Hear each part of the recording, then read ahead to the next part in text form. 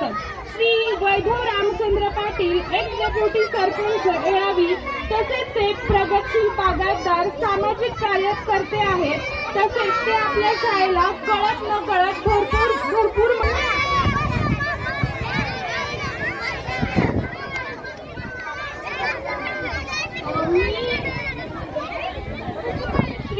तुमच्या भावना कळतील आणि तुमच्यासाठी तेही मोठे होतील.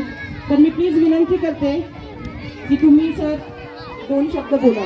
करायचे की आपण अशा ह्याच्यामध्ये मुलांना वाढवतो, ही मुलं अशीच पुढे वाढू देत आणि देशाच्या आणि स्वतःच्या भविष्यासाठी आणि ह्याच्यासाठी त्यांनी मार्गदर्शन घेऊन कार्यरत होऊ दे. आणि सगळ्यात शेवटी जमलेल्या सर्व पालकांना आणि गेस्ट ऑफ ऑनर्सना मी धन्यवाद देतो. पठाण मॅडमचे धन्यवाद देतो. तर मला खूप अभिमान आज वाटत आहे की पुन्हा एकदा त्या गावानेच बोलवलेले आहे आणि वेगवेगळ्या क्षेत्रातील आपल्या मंचावरती उपस्थित आहेत. तर सर्वप्रथम सर्वांना धन्यवाद, नमस्कार.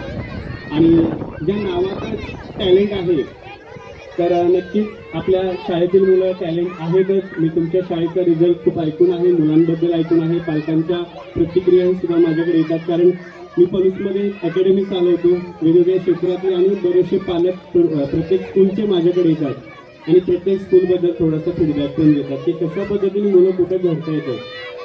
त्यामुळे मला वाटते या स्कूलबद्दल मी बरेच मी ऐकलेलं आहे आणि त्या मुलांच्यातली जी ग्रोथ होते ती पण खूप चांगल्या पद्धतीची होत आहे.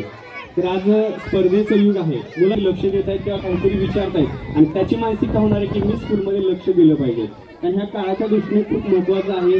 आणि मी स्पर्धा परीक्षा थोडंसं घेतो त्या अँगलने पण बोलतो की आज एवढी मुलं शार्प आहेत, भयानक शार्प हुशार आहेत. म्हणजे शिक्षक लोकांना एवढं अपडेट राहावं लागतं की काही मुलं तर शिक्षकांच्या पुढच्या आहेत, एवढ्यापर्यंत त्यांचं वैचारिक लेवल आहे. तर पालकांनी थोडंसं जागरूक राहून तर आपल्या मुलाला कसं घडवता येईल ते थोडंसं लक्ष दिलं पाहिजे, थोडासा वेळ दिला पाहिजे. आणि मुलांच्या गोष्टीने 2-3 गोष्टी सांगतो की त्यांची मानसिक, शारीरिक, बौद्धिक क्षमता कशी वाढेल याकडे थोडंसं लक्ष द्या. त्यांचं खाणं पिणं सध्या कसं असेल हे सुद्धा लक्ष द्या, कारण त्या पण गोष्टी खूप डिपेंड आहेत शारीरिक, मानसिक आणि बौद्धिक वाढीसाठी. घडण्याऐवजी बिघडण्याकडे सगळ्या गोष्टी चाललेल्या आहेत. आणि तासनतास जर मुलगा घरी गेल्यानंतर स्कूलमधून मोबाईल हातामध्ये घेत असेल तर ते प्रमाण आपण पालक या नात्यानेच कमी करू शकतो. आम्ही शिक्षक या नात्याने सांगू शकतो त्या गोष्टी की मोबाईल वापरू नका, त्याचं दुष्परिणाम खूप आहेत. पण पालक या नात्याने तुम्ही थोडीशी काळजी घ्या, कारण त्याचं भयानक परिणाम आहे. चांगल्या गोष्टी आहेत, चांगले परिणाम पण आहेत, पण त्याच्यापेक्षा भयानक पण आहेत मुलांच्या दृष्टीने विचार केला तर थोडंसं काही गोष्टीकडे लक्ष द्या. आणि रोजचे फक्त थोडंसं 10 ते 15 मिनिटं आपल्या मुलांसाठी द्या आणि ह्या मोबाईलपासून थोडंसं दूर ठेवा. तर बोलवल्याबद्दल पुन्हा एकदा धन्यवाद मानतो आणि त्यांच्या कार्याला एक आशीर्वाद देतो, शुभचिंतन देतो आणि असंच त्यांचं कार्य दिवसांदिवस वाढत राहावं. धन्यवाद. बोलवल्या मी पण ज्युनियर कॉलेजमध्ये काम करत असताना बऱ्याच गोष्टी मला फेस कराव्या लागतात. मग त्या फेस करण्यासाठी कारण नंतर मुलांना सुधारण्यापेक्षा आत्तापासून थोडंसं आपण त्यावर काम केलं तर आपल्याला फार त्रास होणार नाही. म्हणजे आता सध्या विचार केला तर मातीचं डोळा आकार द्यावा तशी मूर्ती घडला. मग ह्या कुंभार जसा त्या मटक्याला आकार देतो तसा आकार द्यायचं वय आता आपल्या मुलांचं आहे. तरी थोडेसे माता पालकांना जे वडीलधारे आहेत किंवा जे मम्मी पप्पा आहेत त्यांना स्पेशली सांगू इच्छिते, थोडासा वेळ काढा, विद्यार्थ्यांना वेळ द्या की ज्याच्यामुळे उद्या मी हे करायला हवं होतं असा उद्या प्रश्न आम्हाला पडू नये. मुलं अनुकरण प्रिय बोलताना थोडंसं आत्तापासून मुलांना यश आणि अपयश याची जाणीव होऊ दे. मी तर म्हणते 2 ते 3 वेळा मुलांना अपयश आलंच पाहिजे की ज्याच्यामुळं मुलांच्या कधी निराशा पडणार नाही. निराशाही पडू दे, कारण वय आता नाजूक आहे, बरोबर. वय नाजूक असल्यामुळे किंवा ही मुलं लहान असताना ती सहज खेळण्या ह्याच्यात विसरून जातात. पण कधीही यशच मिळते, अपयश मिळत नाही. आणि कधीतरी अपयश आलं की मग ही मुलं आज रोजी वाईट मार्गाला जातात की ज्याच्यामुळे आता पोलिसमध्ये वाढतं प्रमाण बघतो ड्रग्सचं वगैरे, मग मुलं हे आहारी जातात.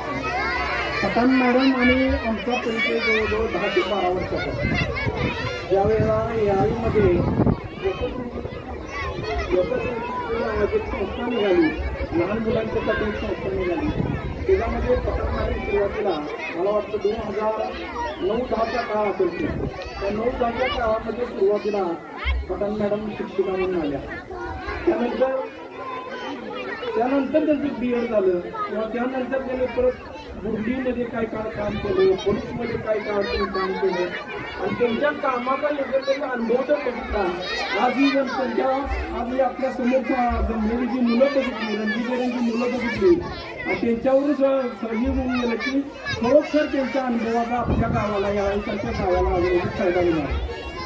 एकतर यावेळीसारख्या एवढ्या मोठ्या गावांमध्ये ही पहिली अशी संस्था आहे की जी लहान मुलांसाठी काम करते, CBSE काम करते.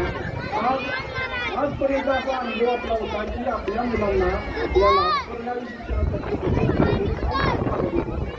तो जो हे आहे, तो जो पालकांचा किंवा मुलांचा जो त्रास होत होता, तो कुठंतरी आज मॅडमच्या मुळे कमी झाला आणि त्या मुलांच्यासाठी हे आज चांगल्या प्रकारचे संबंध, या चांगल्या प्रकारचे रोपटं लावण्याचं काम त्यांनी केलं. त्यांच्या या कामाला माझं यापुढे शुभेच्छा राहतील. Thank you sir. सन्माननीय निलवदादा मॅडम, एक्स नेव्ही ऑफिसर विजय गुरव सर, व्यासपीठाकडे एक नजर टाकली तुम्हाला सगळ्यांना एक लक्षात येईल की आज व्यासपीठावर वेगवेगळ्या क्षेत्रातील म्हणजे शिक्षण, देशसेवा, कायदा आणि राजकारण या विविध क्षेत्रातील मान्यवरांना उपस्थित करून या स्टेजची शोभा वाढवण्याचं काम किंवा या स्टेजचं एक वेगळेपण सिद्ध करण्याचं काम प्रिन्सिपल मॅडम आणि त्यांच्या सर्व स्टाफने केलेलं आहे असं म्हटलं तरी वावगं ठरणार नाही. या त्यांच्या कामाचं मी प्रथमतः मनापासून अभिनंदन करतो आणि तुम्ही सर्वांनी या सर्वांचं एकदा जोरदार टाळ्या वाजवून प्रिन्सिपल मॅडम आणि तुमच्या स्टाफचं अभिनंदन करावं. वर्षभरात विविध अशा स्पर्धेमध्ये आणि उपक्रमामध्ये सहभाग घेतलेल्या विद्यार्थ्यांच्या सत्कार किंवा बक्षीस समारंभाच्या कार्यक्रमाच्या निमित्तानं उपस्थित आहोत. या सर्व विद्यार्थ्यांचं कौतुक हे आपल्याच माणसाने करायचं असतं. त्यांच्या पाठीवर अभिमानाची थाप टाकण्याचं काम हे आपण करणं महत्वाचं आहे. या स्कूलमध्ये शालेय अभ्यासाव्यतिरिक्त मुलांची शैक्षणिक, बौद्धिक, भावनिक आणि मानसिक तयारी व्हावी यासाठी वेगवेगळ्या प्रकारच्या दरवर्षी उपक्रम तसेच स्पर्धा घेतल्या जातात. यामध्ये या शाळेतील विद्यार्थी मोठ्या प्रमाणात सहभाग घेतात आणि आपल्या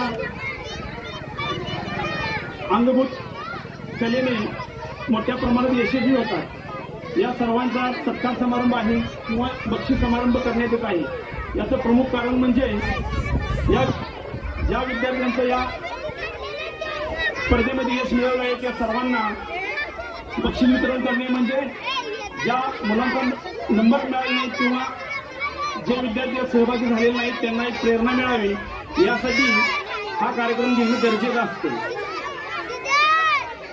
तसेच गुणवंत विद्यार्थ्यांच्या यशामुळे कायमच शाळेची किंवा संस्थेची किंवा महाविद्यालयाची एक उंची वाढत असते. अगदी त्याच पद्धतीनं की लहान लहान दिसणाऱ्या मुलांनी सुद्धा विविध स्पर्धेमध्ये, उपक्रमामध्ये तसेच ॲबॅकस सारख्या अवघड असणाऱ्या परीक्षेमध्ये सहभाग घेऊन मोठ्या प्रमाणात यश मिळवलेलं आहे. त्यांचा आज बक्षीस वितरण समारंभ आहे. त्यासाठी इथून पुढे वेगवेगळ्या स्पर्धेमध्ये तसेच स्पोर्ट्स असो किंवा ॲबॅकस असो अशा ठिकाणी अशा स्पर्धेमध्ये विद्यार्थ्यांनी जास्तीत जास्त सहभाग घ्यावा आणि आपल्या शाळेचं, आपलं स्वतःचं, पालकाचं आणि परिणामी आपल्या गावाचं नाव हे आपल्या जिल्हाभर किंवा राज्यभर वाढवावं, नावलौकिक वाढवावं अशी मी यांना अपेक्षा करतो. तसेच आज आपण ज्या संस्थेच्या कार्यक्रमासाठी उपस्थित आहे किंवा ज्या स्कूलच्या कार्यक्रमासाठी आपण इथं उपस्थित आहे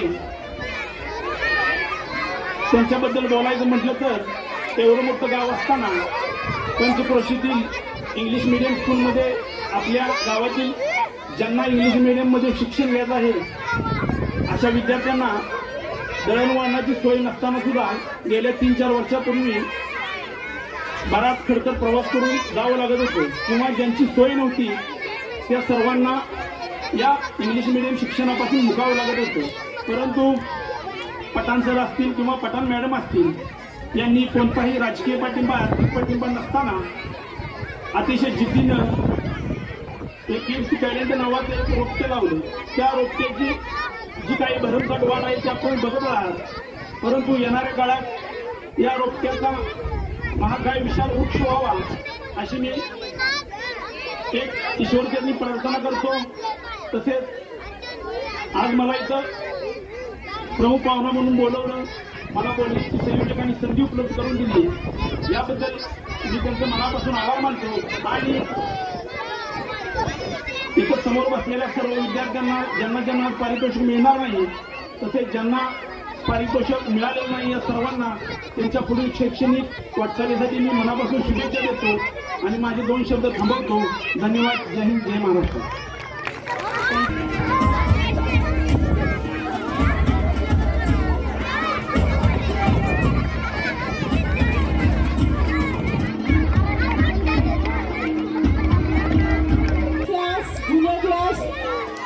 ज्याचे क्लास टीचर शुभांगी टीचर आहेत. आधी या क्लासला शीतल टीचरांनी हँडल केलं होतं. दिवाळीनंतर त्या थांबल्या होत्या त्यामुळे तिथं स्नेहल टीचर आल्या.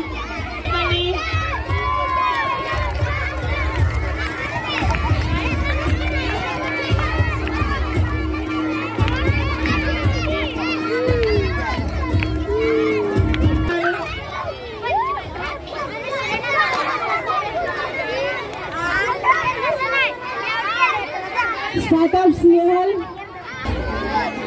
धनश्री टीचर आरवी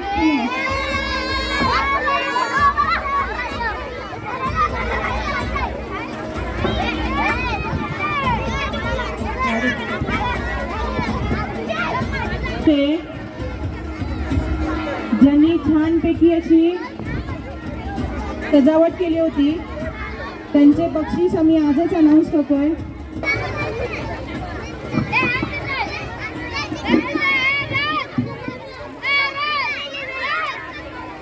हिंदी कथा कथन फर्स्ट, भावगीत second, running second and sacred second.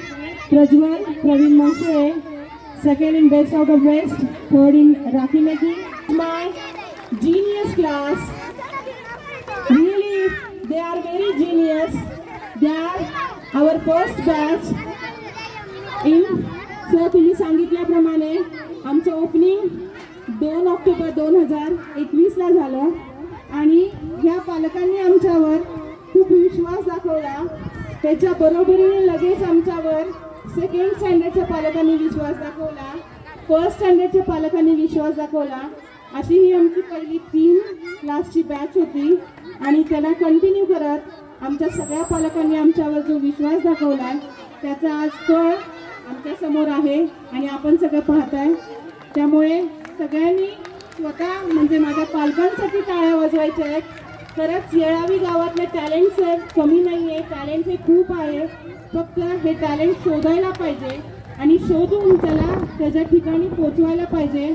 म्हणून संस्थेचं नाव पण आहे रायझिंग एज्युकेशन स्टार येळावी संचलित kids talent pre primary school and English academy Yelavi. येळावीचं नाव फक्त येळावीपुरते मर्यादित न राहता भविष्यामध्ये तुम्हाला नक्कीच माझी मुलं तुम्हाला तुमचं नाव कमवून देतील, आपल्या गावाची ओळख पटवून देतील. एकदा सगळ्यांनी जोरात टाळ्या वाजवा. मला ऐकायला नाही आल्या मगासपासून टाळ्या, कारण मी बोलत होते. सगळ्यांना मला असं वाटतं की कुणाची जर कुठेतरी बोलताना माझ्याकडून चुका झाल्या असतील, कुणाच्या भावना दुखावल्या असतील तर मला क्षमा करावी. आणि आजचा कार्यक्रम जी सांगता आहे ते आमच्या टीचर करणार आहेत. मी माझ्या टीचरांना बोलू इच्छिते. आज इथे उपस्थित सगळ्या मान्यवरांचं मी खरंच मनापासून कौतुक करते की त्यांनी अजिबात असा त्राण किंवा त्रास दाखवला नाही. कंटिन्यू आमच्याबरोबर उभे आहेत आणि आमच्या मुलांना त्यांनी खूप ॲप्रिशिएट केलं. त्याबद्दल मी आजच्या उपस्थित सर्व पाहुण्यांचे मनापासून खूप आभार मानते. आणि पुढचा आभार प्रदर्शनाचा कार्यक्रम आमच्या श्वेता धनराज पाटील मॅडम करणार आहेत. उपस्थित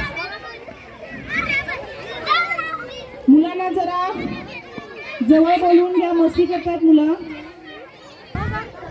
सिनियर क्लास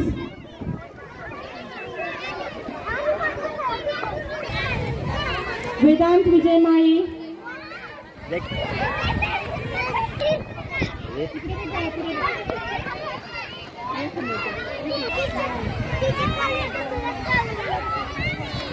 स्टँडर्ड टाळ्या वाजवायच्या आहेत. उद्या जे तुम्हाला घरातून आणायचं आहे ते तुम्ही टीचरांनी सांगितल्याप्रमाणे त्यांच्या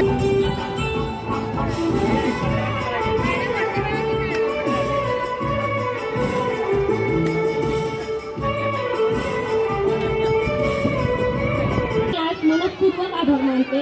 तुम्ही सर्वजण उपस्थित राहून कार्यक्रमाची शोभा वाढवली तसेच आम्हाला सदिच्छा दिला यासाठी मी तुमची सदैव ऋणी राहील.